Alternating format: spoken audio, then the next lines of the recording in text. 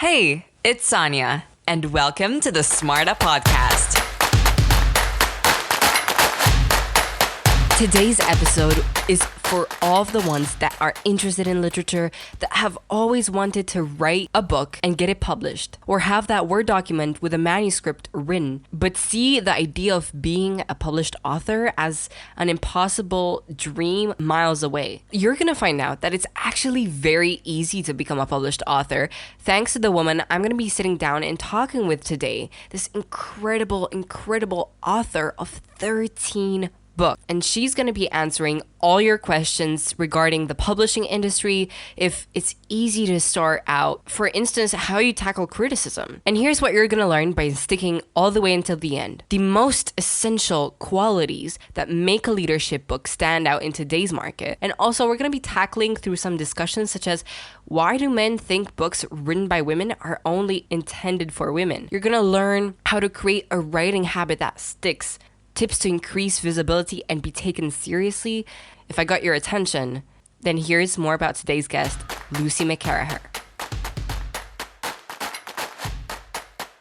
Lucy McCarraher is an author, publisher, mentor, and speaker. She has written 13 books, is a co-founder and managing editor of Rethink Press, Dent Global Published Mentor for the Key Person of Influence program, and founder of the Business Book Awards. She has a postgraduate diploma in adult literacy and creative writing.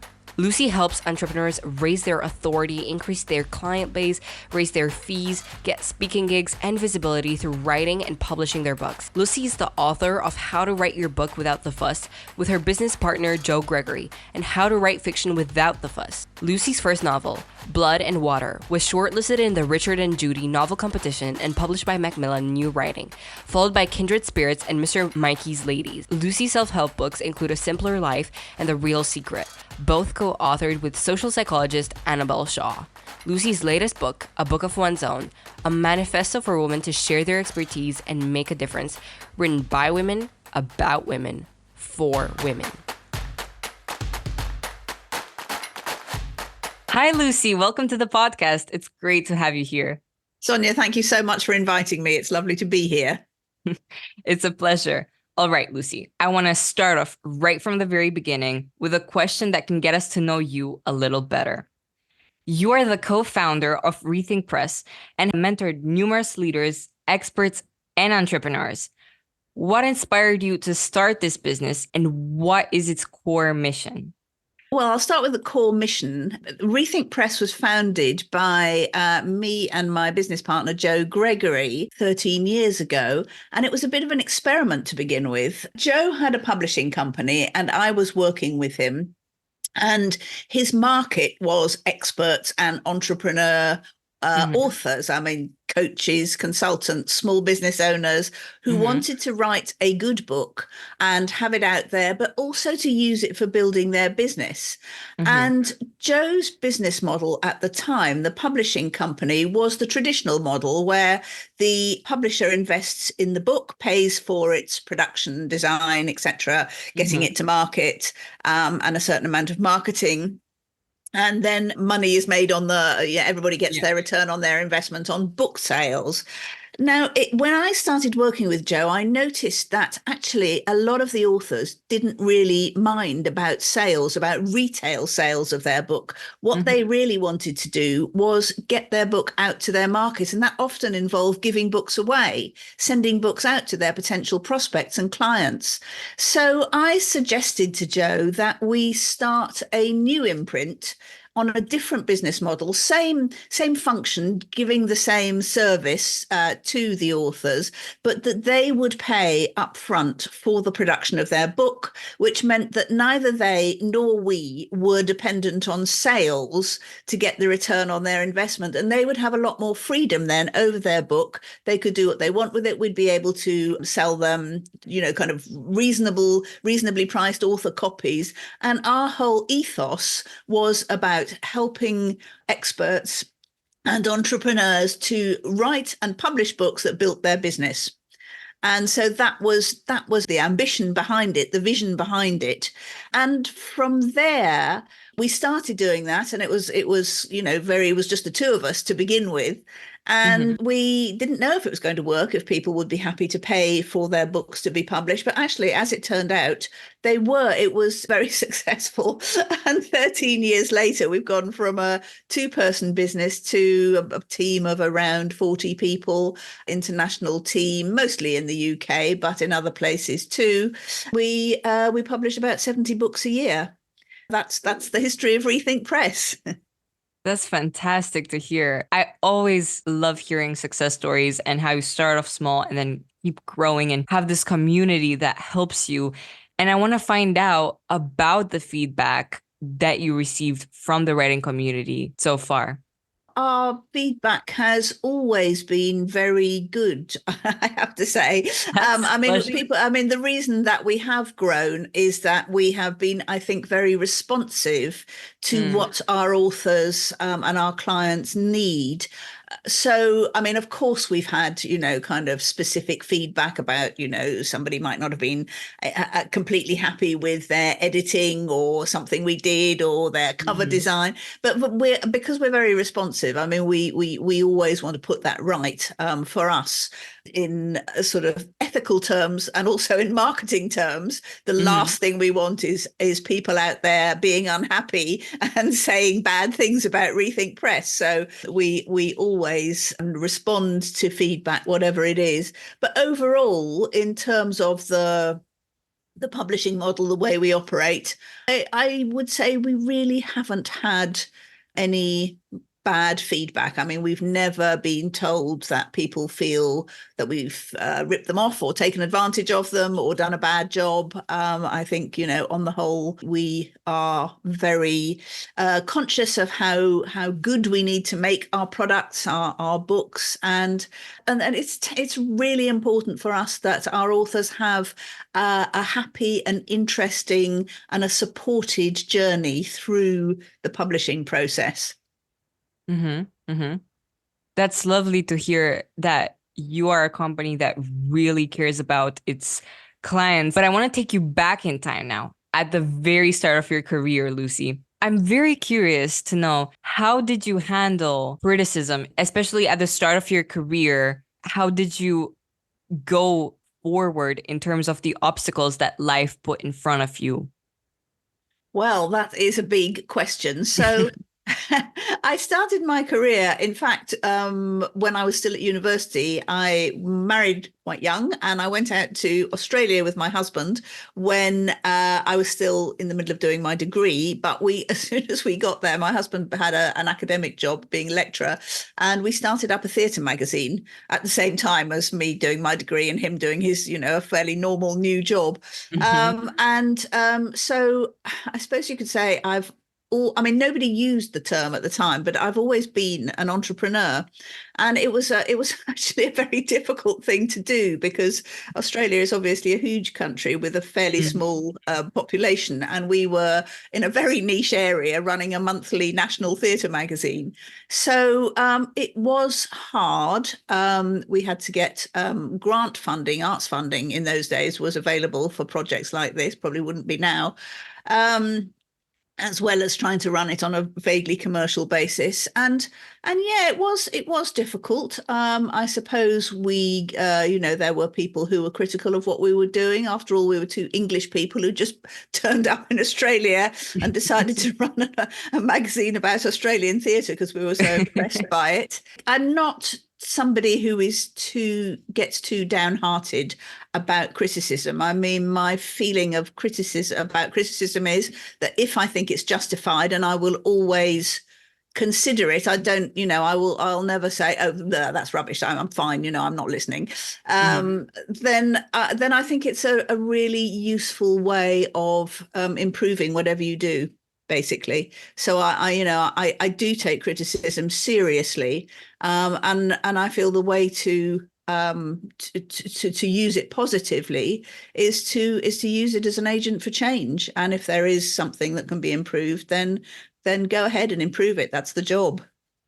So after I kind of spent a decade, or not quite, but in Australia, and then I came back to the UK, and we went into television and film and video, and then I spent another period of time being a work-life balance consultant, and then I went in. Then I wrote some novels, and then I went into where I am now, publishing. So I've had I've had a sort of what you might call a portfolio. Well, it's not even a career; it's just things I've done. And yes, of course, there's been criticism, and it's always been kind of entrepreneurial. I've never had a proper employed job by somebody else. And so it's, there have been ups and downs and times when, projects look like they're failing, and that's, sort of scary and worrying. But essentially, it's just kind of like, well, we've got to make this work, or, let's get on and make it better if it's not good enough. So I don't know if that answers your question, but I think that's sort of my overall attitude. Just keep going and make things happen. Just keep going and make things happen. I like that, Lucy.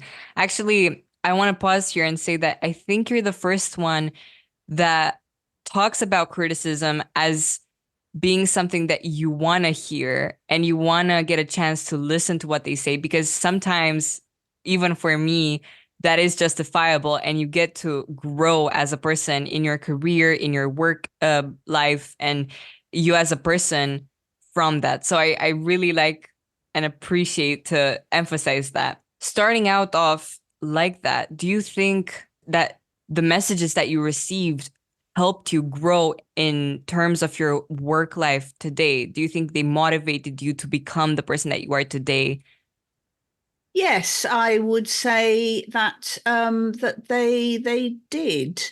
I mean, sometimes, sometimes criticism, of course, it really stings, sometimes it feels very, very personal. And, you don't want to accept it. But yes, I think, some of the criticism I've had has has definitely helped me grow and become the person I mean, if you want a story about it, when I first started, I've always wanted to write fiction. My whole life, I wanted to be a novelist. Mm-hmm. And it wasn't till I was in my 40s that I sort of felt that I had something I could write about, and also that I could sort of pull time out of my kind of working life to be able to do that. So I had this idea, and I sat down and wrote a first draft manuscript, and I sent it off to an agent I knew.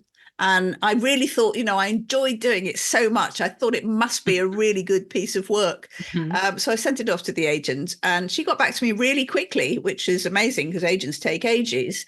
And she said, Lucy, thanks for sending me your manuscript. It was both boring and unbelievable.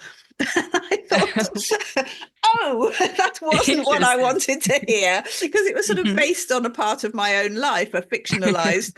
So I thought, how can it be boring? And it can't be unbelievable because it's true. But she said to me, I did go back to her and discuss it with her, and she said, no, real life doesn't make good fiction. You can't just take real life and put it in a novel and think that that will work. So I was kind of, I really was very crushed for a time. And then I went and did a lot of work and reading about structure and how to plan, and the hero's journey, and what made a good novel. And then I rewrote it.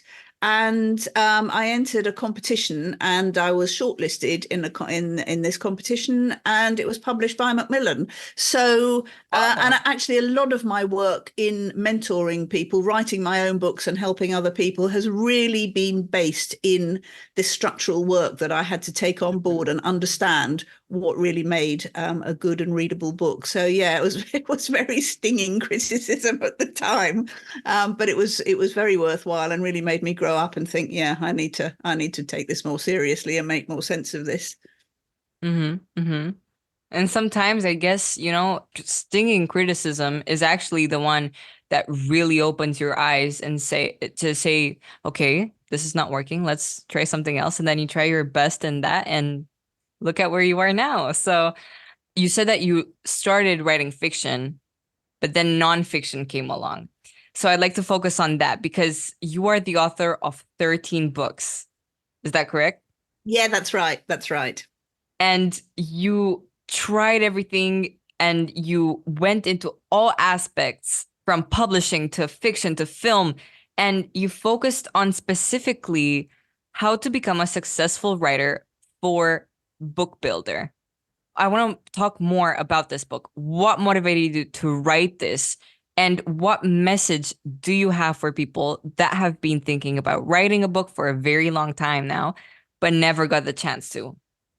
Okay, so Book Builder is a very specific a book very specifically about writing a book that will build your business. So we have continued at Rethink Press to publish the works of authors who are entrepreneurs and business owners and leaders and consultants, etc.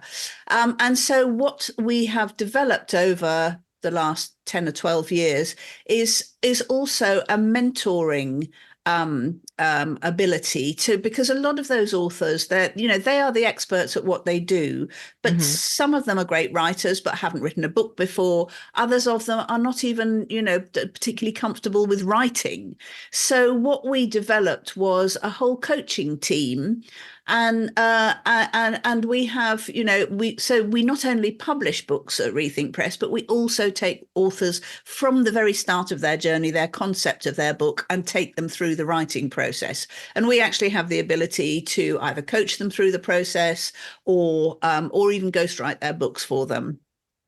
So that, to be honest, that is my favorite part of the business. Joe is kind of now more the publishing end, and I have always been the kind of the writing and the mentoring part of things. So Book Builder was basically a book that took all our expertise and experience in particularly the mentoring, the coaching side, and it's about how to write a business book that works as a good book, but also works to build your business. So that was the motivation behind it. It was to take everything that we had been working on in the previous 10 years or so and put it into a book, so that actually, well, for a start, it was a book to build our business. We were, doing what we were telling other people to do. But also it was giving people all the building blocks so that they could read the book and either, come and work with us if that's what they wanted to do, or use the information and the experience in the book to go away and write a good business book themselves.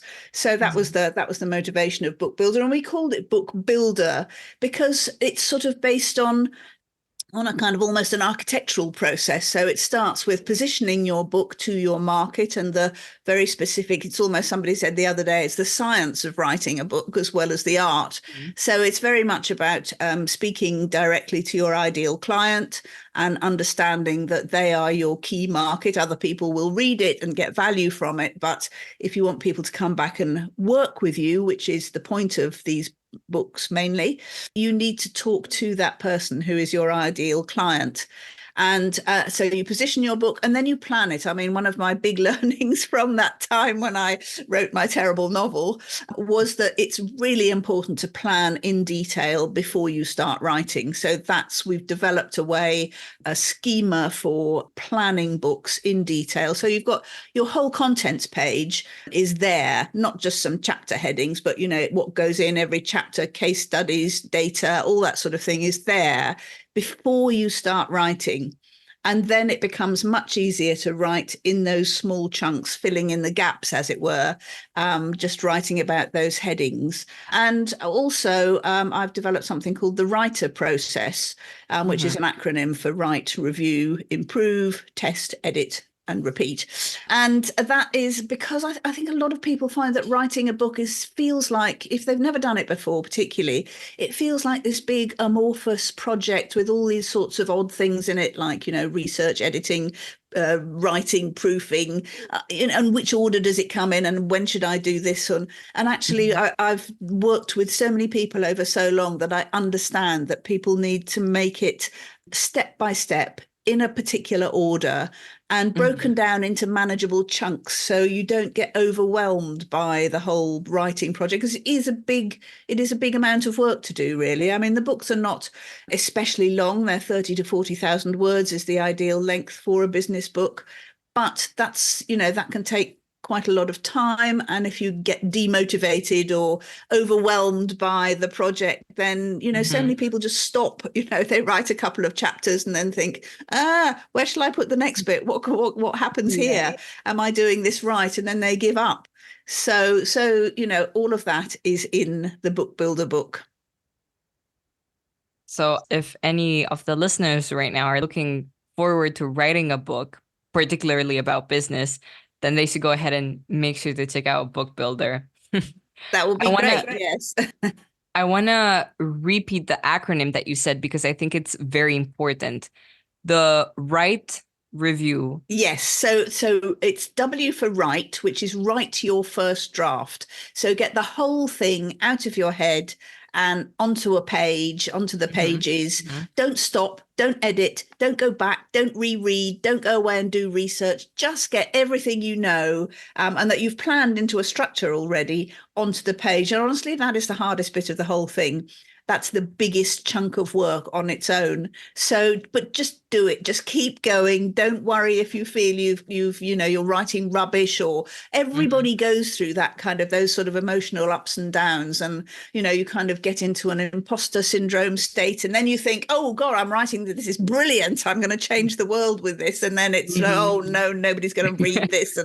And you just have to push past all of that and just keep writing. And then the next stage is to review, where I always suggest people print out their first draft manuscript and go through it like a reader with a pen and make notes on it about what works, what doesn't, what they're enjoying, what's boring, not editing it, but just, sort of making notes on the reading process. And then go back to improve, which is your online manuscript, and take all those notes and improve it. Literally, it's your first self-edit, and then you've got your second draft, and then test. And this is really important, is that it's really helpful to send it out to a small number of beta readers and get their feedback. So a couple of people who are potentially your ideal clients, a couple of people who are potentially your peers, and a couple of other sort of people, and just get their feedback, brief them properly,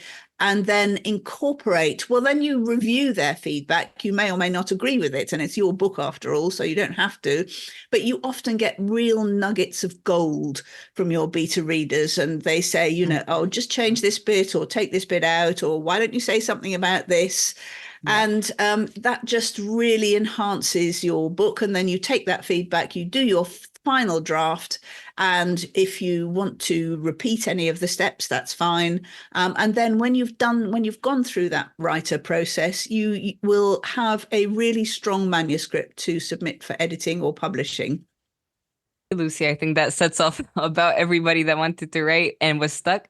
Now they have the WRITR acronym: write, review, improve, test, and repeat. I was thinking about it because you've mentioned that each year you publish 70 books, and particularly because Book Builder is focused on business, I imagine the clients that you work with are typically executives, older people. That's actually not necessarily so. I mean, when I talk about business books, what I mean is a book that will build the author's business. So, and we have coaches. So, they might be mental health coaches, life coaches. Yes, they might be books about accounting, or if that's what the author does, or they might be about marketing or tech or whatever. But it is so wide. Our kind of definition of business books. It's whatever your business is. And in terms of age, it's not so much age as experience. So we do have younger writers. What's important when you write a book about your business is that you have been doing it for at least a couple of years. You have that expertise behind you. So you could be very young. There are lots of young entrepreneurs around, but you do need to have actually done stuff, had got results for your clients, have some case studies, and have, a kind of solid knowledge of your industry. So age really isn't an issue. But yes, I mean, we do. I think our authors cover quite a widespread. Really, some are in their 20s, probably not younger than that. Lucy, I've actually published 4 books, of which one of them is self-published, and I'm only 16. So, oh wow, that's amazing! thank you. Congratulations. Thank you. It's a challenge to always be taken seriously. So Yeah. now that you say that I need this expertise, my question is, do you see any projects where you have nonfiction books taken with a project such as this guest on podcast turned into a nonfiction book published by such a young author? This is kind of challenging your your I'll history. be honest, I don't think actually, we may have published one book by a teenager. But I think I'll be honest, it was a one-off. We generally haven't done that. But I don't, if you've got a good story to tell or a business that you're running, I mean, people start businesses like you incredibly, what seems incredibly young these days. So if you've got that expertise and that knowledge, there's nothing to stop you writing a book about it. And in terms of getting noticed and getting credibility, there is nothing like a book to do that. A book is an iconic format. It Yeah. is classic. It is centuries old. And if your name is on the front of a book, especially a printed book, it's great, of course, to have ebooks and audio books, but, if you can actually have your book printed, put it in people's hands, get it distributed, that gives you such a lot of credibility. If you want to go on other people's podcasts, I'm sure you find your guests through books they've written often.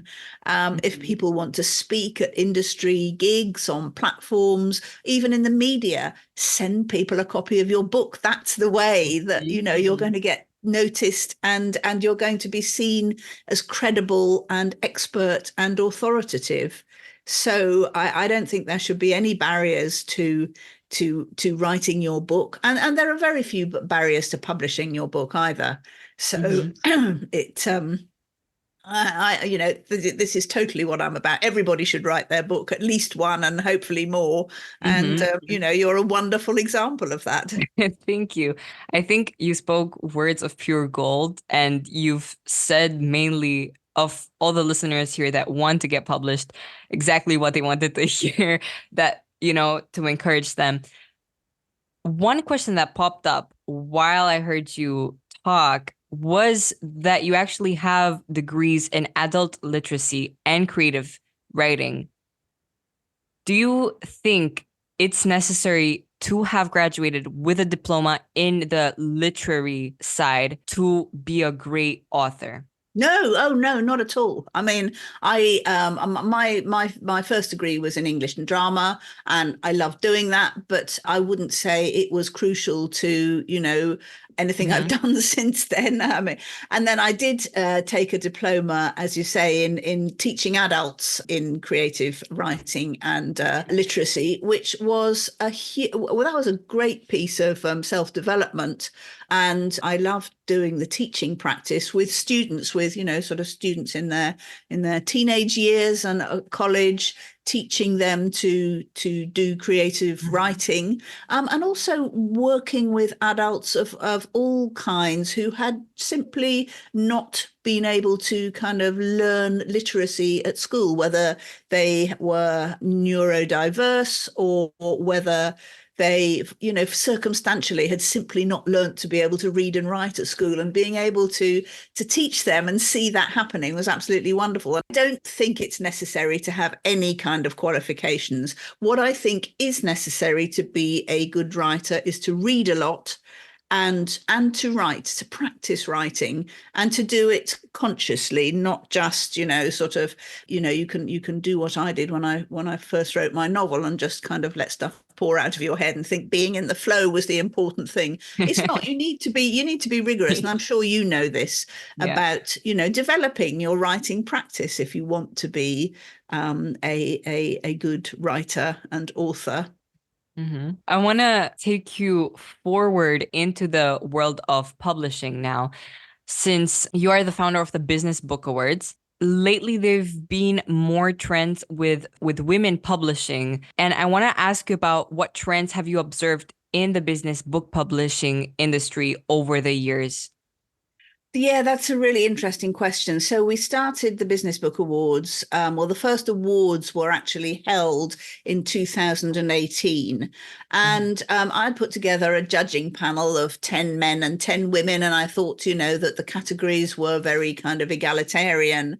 As it turned out, when we got through to the end of the process, the judging process, all our winning authors were 11 white men, which was not what I expected or wanted to happen. They were great. I don't want to say anything against them. They wrote fantastic books. They were great authors. They were lovely people. But that didn't seem to me to be a reasonable representation of good business book writing. When I looked back, I saw that we had had twice as many entries from men as from women. So the first year we had 150 entries, of which 50 had been from women.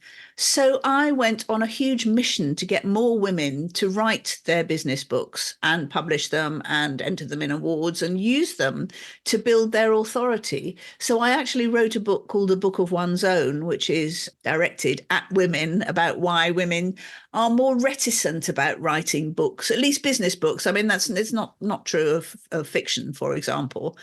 So, and I did a lot of mentoring of women only groups and, kind of banged the drum a lot about women. And now we have pretty much equal entries from men and women authors. I'm sure, that's not just because of me shouting about it, but I think, there's been a general trend that more women are writing their books. What's interesting is the other day, a survey came out, a report came out that says, and this has long been the case, but it's still the case, that men tend to read books by men and women read books by men and women. And that is really so unhelpful to women and their authority. It's as if I had this sort of, I posted about this on LinkedIn. I had this really interesting discussion with people about why men think that books by women are only written for women, and they think that books written by men are written for everybody. What they don't seem to understand is that books written by men are often for men, because they forget that women are different. So there is a difference, but and books written by women are not. I mean, there are some wonderful business books or just non-fiction books by women about the sort of situation of women, but men ought to read them too, because it's not just our problem, it's everybody's problem. And of course, women write business books that are just as, kind of non-gender related as men do. But I think men somehow, I don't know, it's unconscious bias is in there. Somebody said, oh, it's, because boys are always taught to sort of stay away from girly things. They're teased and punished, even if they, if they're too kind of girly. The phrases, you run like a girl, that's an insult, all those sorts of things. So I don't know, it's an ongoing discussion, but I think it's really important that women write their books and get their views out there and become more authoritative, because as we've said, that's what a book does. It gives you authority. So, women, that's a way that women can gain authority, by becoming authors. That's right. And no matter what your industry in, you've got books published about quantum physics all the way to mathematics to literary fiction. So no matter the field that you're in, can get a book published. And you've actually made my perspective shift. Now that behind me, I have my library, I have a huge section of nonfiction, and you're absolutely right.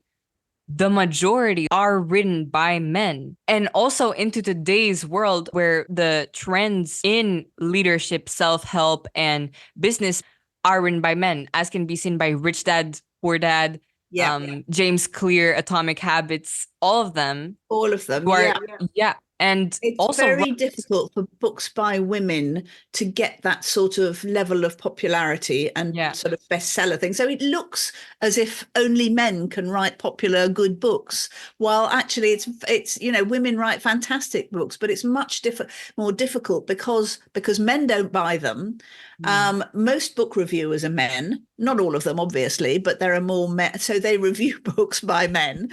Yeah. And then it sort of trickles down the whole industry. Publishers think that they're going to, make more money if they publish more books by men. Mhm. Booksellers don't, are going to stock more books by men Mhm. because, they don't want to stock books that don't sell.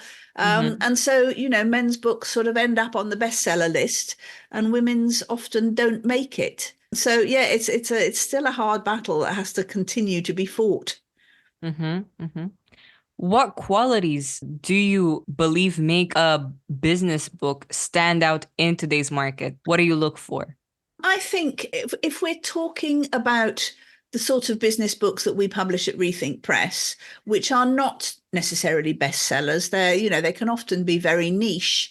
Mhm. And talking to an author's specific market, then I think they need to be very authentic. They need to have really good information and insight. I think the author's experience in their field and their expertise is the key aspect of the book. Mhm. But then I think it's also important to tell some of your own story in your book, to be kind of open and to talk about your learning experiences, not just the things where you've succeeded, but the times when you may have failed, but you've learnt. And I think that's really helpful to a reader to think, okay, this person was where I am now. They've learnt, they can make things happen, they can change things, and they can help me change and do better. So I think that's important.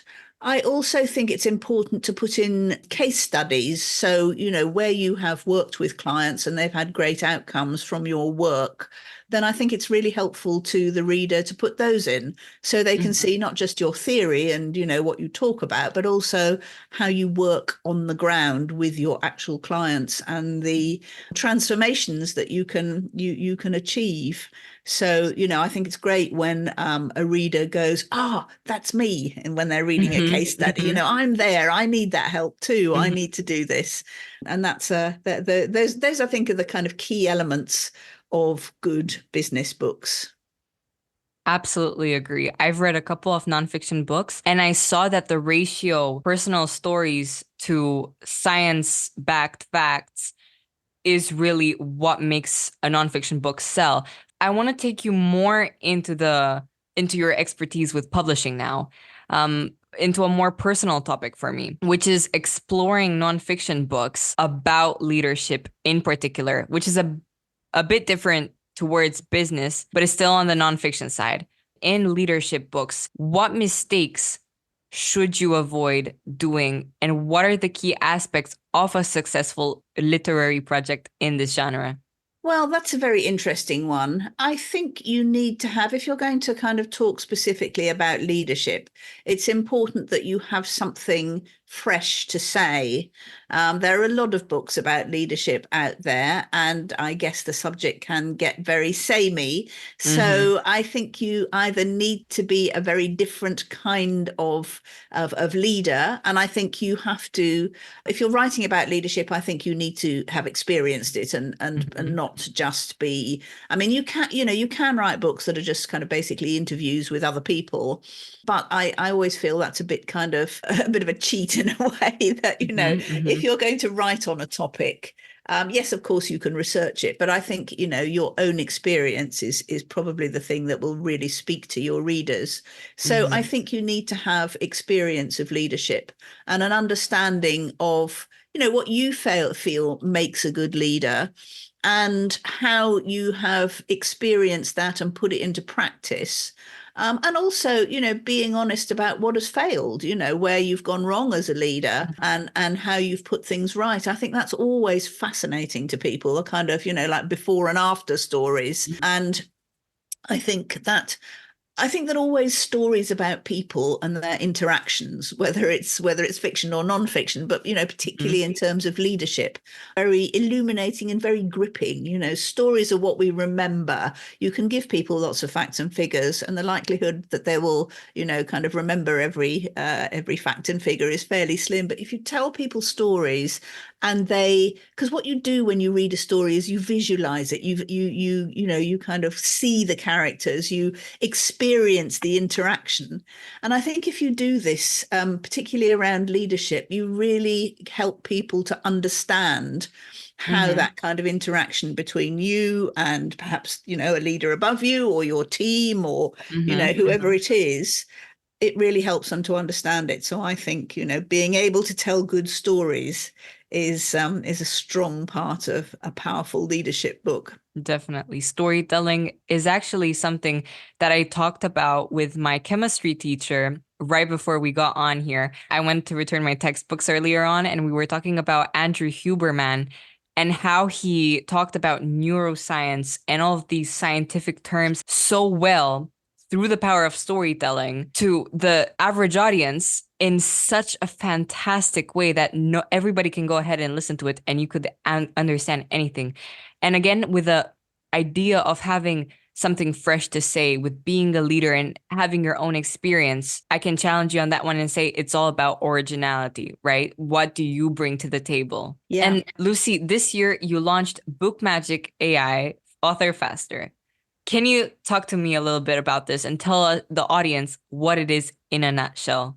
Yeah, well, in a nutshell, Book Magic AI is an app that you can use on your phone, your tablet, your laptop, your PC to write your book. And essentially, what it does is take you through, with the help of AI, the whole book builder, what was the book builder process, and it's now the Book Magic process, through positioning, planning, and writing your book. So what I would, what I have to say always at the outset is this is not about using AI to write your book. It's not about telling ChatGPT you want to write a book about leadership and watching it churn out 30,000 words on leadership. That is not the way to write a book. And in terms of content, you must write your book yourself. It's not a good thing ethically, potentially legally, and in terms of publishing too, you actually really can't use AI generated content. But AI is brilliant at some things. I've just started writing a new book called Book Magic, which is not a million miles away from Book Builder, but it's a slightly different take on it. And we start with asking the author to define their values, their core values, and how these will relate to writing their book. It's about sort of priming them emotionally in a way for the process. And I just went through this yesterday, in fact, and did it. And what the AI does is take what you write about your own values and turn it into this beautiful kind of summary of how you as a person, you with your values, are going to provide this wonderful book to your readers, and how your values will inform the writing process as well. So AI is great at doing things like that. What we also, so there are AI coaches. You can also, through the app, access real life coaches. You can book a session with a real life coach if you actually want to talk to someone, which is always good. But, there is an AI coach. You choose your coach at the beginning, and they will take you through the entire process that normally I or the coaching team would take someone through. So it is about positioning your book, and the AI creates your ideal client avatar for you from the information that you put in. It then creates a summary, and it will even create a little kind of picture of them so that you can have that at the top of your screen the whole time you're writing, so that you remember, I'm talking to that person, just that person. And it's very good like that. And then we have the planning system, and the AI again is very helpful in making suggestions. I mean, you should never take the AI as, the final arbiter, their decisions are better than yours. In this, this is an app that writes a book to build your business with you. So, the AI is helpful, but you are the expert. So you have to remember that. But AI is incredibly clever at what it does. And our tech director, Jonathan Farrar, has put this all together. We've worked very closely together. So I have kind of explained to him how we go through the process. And it was far more detailed when it came to breaking it down. It was kind of far more detailed than I thought it was, in a way, because, my experience goes so deep, and I've mentored probably around 2,000 authors through this process. So Wow. to try and get all of that experience into the app was quite I think it was more complex than Jonathan thought it would be. And then and on the other side, the kind of tech work and the app building was much more complicated than I thought it would be. So it's taken me and Jonathan a lot of hours to kind of get the process into a good and user-friendly and sort of app that's easy to use. But it is. I mean, it's, we've got people writing their book through it now, and they're absolutely loving it. So it's it doesn't write your book for you, but it all around the edges and in the planning stages, you can use AI to really help. And our strapline, author faster, is because that's what, the ultimate aim of this is to make you an author, and faster, because of all the process is there, and the AI is there to speed you along.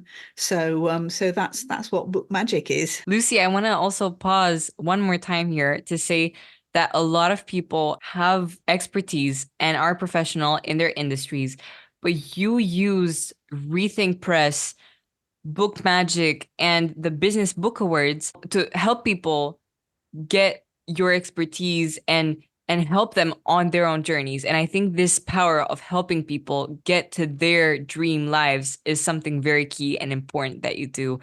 To bring you back to what you said about Rethink Press, that you have coaching teams and mentors, you have a rich background in publishing, media, and corporate training.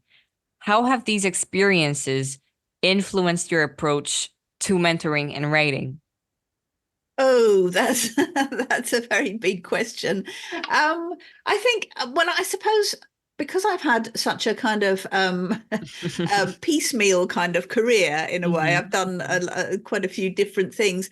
I feel that nothing is ever wasted. Whatever you do in your life, and talking to younger people, there are going to be times when you think that I'm not doing what I really want to do. I'm not fulfilling my passion. I'm doing a job because I have to earn money. But it's never wasted. Just kind of, I think, having an awareness of what you're learning all the time. And even if you're not at the time, you will look back and think, that was useful. I did actually learn something there. So, when I was running Theatre Australia, the magazine, it was incredibly hard work. A monthly magazine is really tough. You've got contributors who don't send that copy in. You've got editing to do. You've got printing. You've got proofing. It's and everything is to a very tight deadline, because if you don't get it out on time, it's not there for when it needs to be. And so a lot of that was really tough, not particularly enjoyable, but wow, it did teach me. It taught me how to work hard. It taught me how to work with people, to encourage people to do things the way I wanted them to do. And also, I think, to understand that there's a process, to put processes in place, which at that stage in my life, I didn't really know anything about. I hadn't kind of, done anything that required me to create a process of that kind. And I think, it's sort of learn about what you're good at as you go through all the different situations that you do in life. And also, I think, that it's not only about the work stuff you do, but, I'm a mum and a grandmother. And I think that, all those relationships have also been incredibly useful to me in teaching me how to manage people and and time management. That's huge when you've got small children, for example, and you're also working. So just it's sort of about noticing what life is teaching you on all fronts, really. It's not just the stuff you learn in school or in university or college, or it's not the obviously learning things or on kind of training courses, but it's then putting them into place and all the kind of weird and wonderful things that you don't expect to happen to you. That everything is a big learning and teaching experience. Lucy, here your key takeaway would be how having all of these wide knowledge on so many different topics helped you become more disciplined as a person and taught you how to work hard and taught you managing skills, people, the process, and emphasize the planning, to take you back on what you said earlier about the book. Now, that helps me to shift your focus onto your work-life balance. What advice do you have for aspiring writers on managing their time and energy effectively during their writing? Okay, that is a big one, and it's very personal. I mean, if you want to be a full-time writer, that's one thing. But if you're thinking of writing if you're running a business, or you're a coach or whatever, you do, and you want to write a book to, enhance your business, then you've got to fit it in around it. And that is absolutely the difficult thing. So I think the first thing is to, when you start the writing process, it's to get into a writing habit. I mean, we all know how if we do the same thing, if we eat a bar of chocolate at the same time for 4 days running, every time that time comes up, we're going to think, oh, I need chocolate. So do that with writing. So every day, I mean, I would say that writing for a short time every day, not necessarily, I mean, you can have weekends off, but say, or some people just like to write at weekends, but establish what works for you. Are you someone who gets up early and is best in the mornings? Are you someone who's actually kind of, gets their creative head on in the evening? Decide what works for you. But the writing habit that I would say has worked best for the majority of people, not for everybody by any means, but for the majority of people, is to get up possibly an hour early while you're writing your book and spend an hour writing before you start your day. So if you normally get up at 7, get up at 6. Don't do anything. Don't look at your email. Don't, have a shower. Just go to your desk and write for an hour, and do that every day, 5 days a week, and your book will get written. And if you also encourage your own habit by ideally being in the same place at the same time with the same props, so the same mug of coffee. If you write to if you have music on when you're writing, use the same soundtrack. All of those things become triggers to your brain that says, right, okay, it's writing time, I'm in. And I think it doesn't have to be an hour first thing in the morning. It could be any time. You might be somebody who writes 10 minutes a day because that's all you've got. But if you do it every day, still your book will get written. It'll take a little bit longer. If you're somebody who needs to just immerse yourself in your writing, then you've got to book yourself a writing retreat for a week or 2 weeks or something and do it. But whatever works for you, make sure that you set it up and you organize it and you stick to it. And I think that's how you manage your work life around writing a book. But I completely agree. And I guess it depends on what works best for you, whether it's 10 minutes or 1 hour. And you can experiment, right? Absolutely. Yeah. After this writing phase, let's skip forward a bit. Say that this person that wrote the book now has the manuscript ready and it's being published. I want to ask you about the post-writing phase. How important is the marketing and the promotion in the success of a book? It's very important. And it depends, who you're promoting to. So for our authors at Rethink Press, it is their ideal market. It's not the whole world, it's not like about becoming a bestseller. But I think what's really handy, what works incredibly well, is to talk about your writing process as you're going through it. So if you post on social media about the different phases, I'm writing my first draft, or, oh, I've come to a block, can anybody help? All those sorts of things. People are absolutely fascinated by somebody who's writing a book. So have a landing page, get people to say, yes, I'd like more information, sign up here. So that's a good way of starting the process. We do when we publish our books, we help our authors go through what we call an Amazon bestseller launch. So what you do for that is you put the Kindle version down to 99p for 2 days, and the author promotes and promotes and promotes the Kindle. I mean, 99p is not a big ask, but it's just inundating social media, emailing their list, doing all those things, getting everybody to on, over mainly one day, but 2 days, essentially. And the Amazon bestseller lists are based on the amount of copies you sell in a short period of time. So if you take, sort of 24 hours, and it's you can't. I mean, people are always asking, well, how many copies do I need to become an Amazon #1 bestseller? It's completely. You're not going to become an Amazon #1 bestseller overall Amazon, but every book On your usually genre. has 3 categories that you're in. So you hope to get at least one category, a #1 ranking. So, I mean, for some people, if your book is in a very obscure category, you might only need to sell 10 copies and you get to #1. For other people, it's between 100 and 200 copies, perhaps in one day, of the Kindle. But that's very doable if you prepare for it in advance. And then, it's not going to last forever, but you can say, you're a #1 Amazon bestseller. So that's always good. And then, of course, after that, you have in your book, in the content of your book, you have endless blog posts, endless articles that you just repurpose, you post on social media, and short quotes. They're very nice to do in a nice little graphic. You can read bits of your book on on video.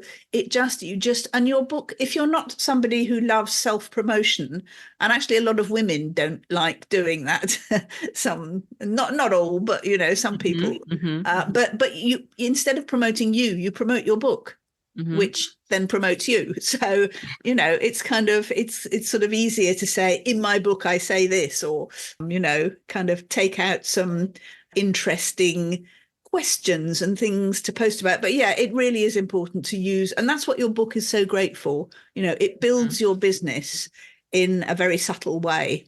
Without, a book is not a business card, it's not a marketing brochure, it's not a pitch, it's pure value, and it has a monetary value. So, you can promote your book without going, oh, buy this, buy this. You're just saying, this is my book. I completely agree. And actually, what separates some very good authors to others is the fact that of the first thing that you said, having a landing page with a Kindle as well. I think a lot of people think becoming an Amazon bestseller is actually a really impossible task when really they don't know the algorithm behind it, and that you could be a bestseller with only 10 copies, as you said, if in a very niche category, particularly for speaking. And what role do public speaking engagements and networking play in an author's success, especially as before we got on, I mentioned that I saw you on BBC. Yeah, well, I think, your book, as I think I said before, your book can get you into places where, you without it, you wouldn't be, you wouldn't find a way in so easily. So just having, I think it is important if I mean, not everybody wants to be, but if you want to be more visible, if you want to have public speaking gigs, come on podcasts like yours, then I think, having your book and kind of being pushy with your book will get you speaking gigs, but then also speaking gigs will sell your book for you. So it's a virtuous circle. And the two, I think all speakers should have a book, and really all authors should promote their speaking and use their book to get more speaking appointments. For new authors, so now I'm scaling it down to the much younger audience, and the authors that are just starting out, which don't have any books on the market yet. Say they have just a finished manuscript. What are the first steps they should take to get their book published and noticed in the market? Okay, well, it depends on how much money you've got. I'll be absolutely frank. Rethink Press, our authors are business owners, and they see their book as a marketing expense. So their company will pay, I mean, not all authors do it this way, but most of our authors, pay for the production of their book, for their publishing package with us through their business. If you're a young author and you don't have a business, then probably your cheapest way and most easily available way to get published is to self-publish. But there are certain things you are still going to have to save up for, really. So you must have your book professionally edited, I would say. It's going to be a disaster if you put a book out there. You may think it's beautifully written and, you've been through it 10 million times and you can't find any more spelling mistakes. But actually, a professional editor will make sure that that is the case. And we'll see things that you don't see. And if your book goes out there without professional editing, it will show and it will look unprofessional and amateurish, and people won't take it so seriously, however brilliant you are. So I think that's important. And I think you also need probably to pay, unless you've got a good friend who'll do this for you. I mean, your cover design is also important. Definitely. And cover design is not just finding somebody on Fiverr who will, put together a nice looking kind of picture for you or whatever it is. I mean, I think it's easier to do fiction covers than it is to do non-fiction covers, because for a non-fiction book, you really need to look very professional. And there are things when you've never published a book before, you don't know what you don't know. So, you might put, you might think that the cover looks great, but it's got some sort of really very amateurish mistake. Like, for instance, people put the title and subtitle, and then they write by author's name. Now, you never put the word by on a cover, on a professional cover. It's just your name, not the... and there's lots of little things like that which will show your book up to be kind of, an amateur publication. You do need to kind of try and get those parts of it right, and that may cost money to get professionals to be involved. But then, you can publish on Amazon, and that costs you nothing really. You've just got to get the files formatted. You have a cover file and an inner, as it's called, the rest, the contents of the book file. You might have to negotiate. It's not, it's a learning curve, basically. It's more complicated than it looks. And, I'm in a lot of kind of online writers groups, and there are always people saying, oh, I've done this and my book doesn't work, or, it's just, what do I do now? And so, I mean, I would say join writers groups where there are people who have, who know what they're talking about, and ask questions, because you'll get lots of help there, depending on what kind of book you're writing. Join a writers group, an online writers group, where people are, writing the same kind of books as you, and they're always very, surprisingly generous with their time and knowledge. Yeah. And then, find out what are the best ways to get published. I mean, I would never, for example, suggest that a fiction writer uses a hybrid publisher like Rethink Press, because a novel is not a book to build your business. The novel is the business. It is the product. So to put lots of money into, you either need a traditional publisher, or you need to learn really how to self-publish very well. And that's the, and then promote extremely well, because obviously, the books that are not there to build a supporting business have got to sell copies. Otherwise, there's no point. So yeah, I mean, TikTok is a fantastic place to, I don't know if you use it, Sonia, but is a very good place to promote books if you can get it right. There are amazing things that happen. TikTok is huge. I agree. Yeah.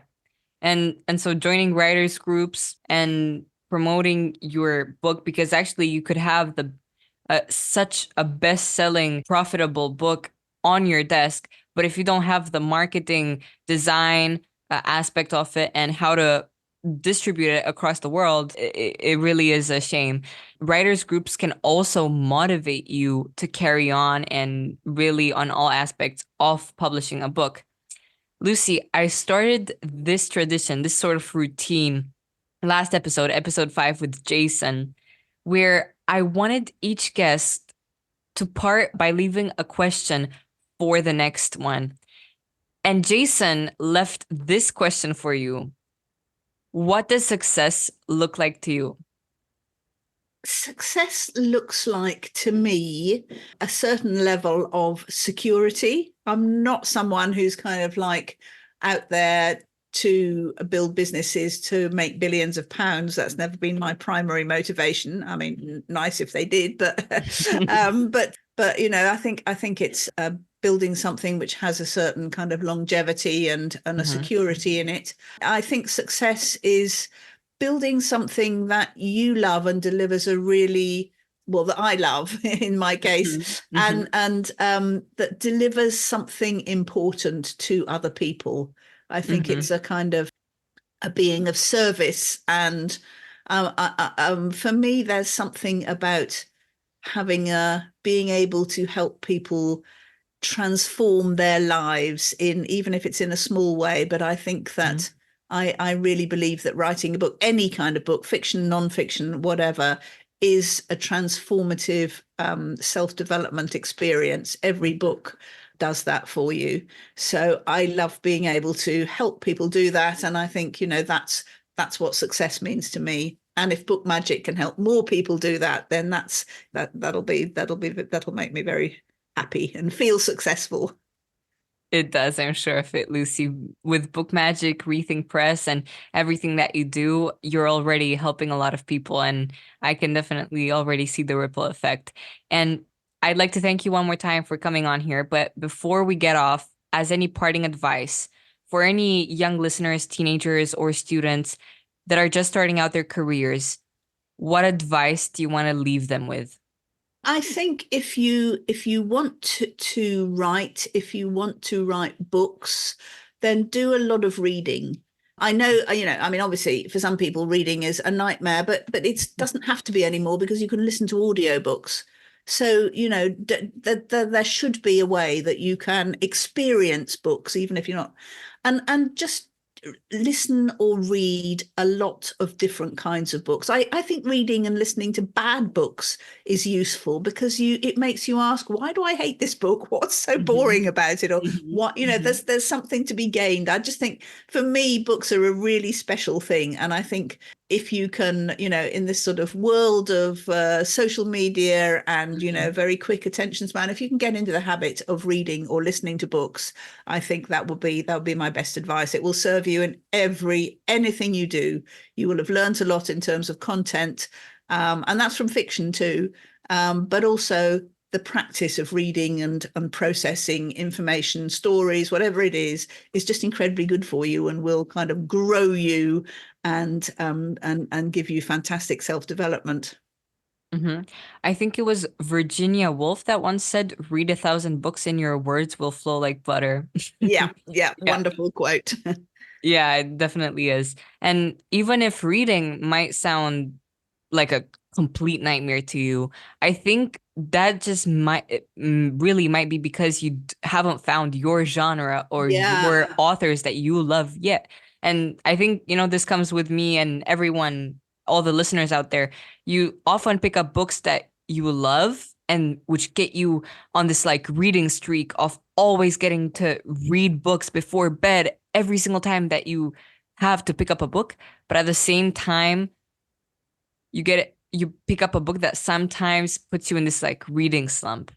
And I'd like to thank you, Lucy, for this opportunity one more time and sharing it with people. And as a parting message, explore, stay curious, read. And that means all genres. So thank you, Lucy.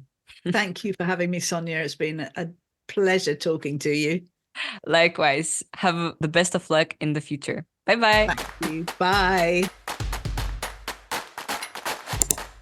Before we continue, I want to talk to you briefly about this amazing organization called SOS Children's Villages. SOS Children's Villages Romania has been providing children in need with a safe, clean home, healthy food, a good education, and the love and the care that they need. I know they're literally saving children's lives, as I had the chance to donate books to them and sit down and talk with them. All donations are highly appreciated, and you can donate online to SOS Children's Villages Romania at the link in the description below and change a child's life forever. And now, as the conversation today has ended, here's what I want you to do by next Monday. If you're interested in writing, or you're feeling a lot of different emotions currently and you want to get them out, wake up an hour earlier, go to your laptop, open up a blank document, and just write. Whether it's journaling what you're grateful for, or finishing that manuscript, or just starting even. Now that you know it's that easy, create a habit that sticks through waking up 1 hour earlier just for every day for 5 days. Now, if you've got a friend or a family member that you know that is interested in writing, please share this episode with them. Please share this episode with them and leave a review, because sharing these episodes is what helps us continue bringing you more amazing content with amazing guests on the podcast. And if you want to follow Lucy McCarraher and see more of her work, make sure to follow her on LinkedIn. And most of all, I want to thank you for taking time to listen to something that will inspire you. Remember, one step a day will lead you closer to your ideal life. And if no one tells you today, I believe in you. See you next time.